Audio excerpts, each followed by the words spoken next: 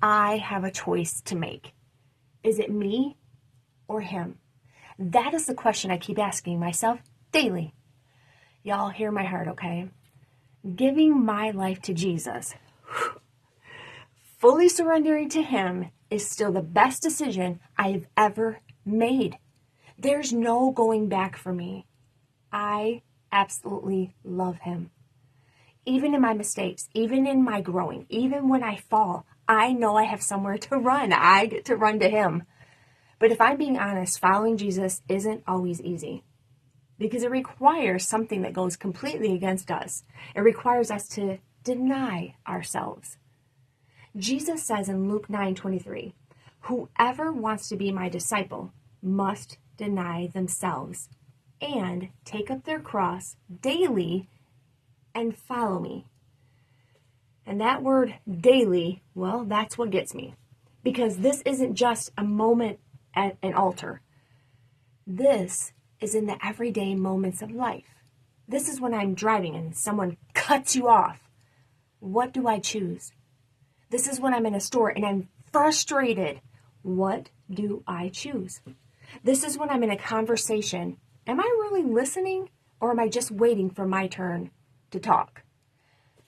And if we're honest, a lot of the time we just want our own way, right? We want to be heard. We want to be right. We want things to go how we think they should go.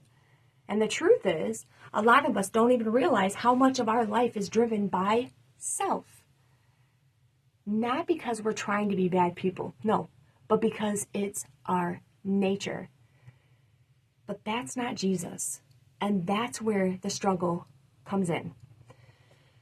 Because we say we're following him, but then we're still holding on to ourselves. We want Jesus and our way. We want his peace, but we don't want to let go of control. We want his guidance, but we don't want to stop leading ourselves, right? But then we find ourselves frustrated, overwhelmed, even asking, God, what's wrong? Why am I struggling like this? And all along, he's been gently saying, just surrender. Because the answer isn't in trying harder to control everything. The answer is in letting go. And I feel this so deeply in my own life too. This isn't me just pointing fingers. This is me being convicted myself. Because every single day, I'm faced with the same choice. Am I going to choose me? Or am I going to really choose him? Galatians 2:20 says this, I have been crucified with Christ, and I no longer live, but Christ lives in me. Well, that means my reactions, my words, my attitudes, they're not supposed to come from me anymore. And that is the hard part. Because everything in us wants to rise up and say, no, I want my own way.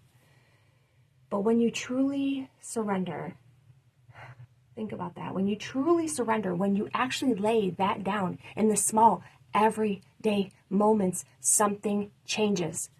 You start to see more clearly. You start to have peace where you used to have frustration. You start to respond differently. You love differently. Listen differently. Because it's not you anymore. And that's where freedom is. Not in getting our own way, but in finally letting go. So yeah, following Jesus is hard. Not because he's harsh. Nope. No. But because he's asking us to let go of the one thing we hold on to the most. Ourselves. You guys, ourselves. But he is so worth it. Every moment you choose humility over pride, every moment you choose to listen instead of speak, every moment you choose his way over yours, he is worth it. I didn't just say yes to Jesus for a moment. I'm choosing him in the everyday moments. And y'all, I'm not turning back.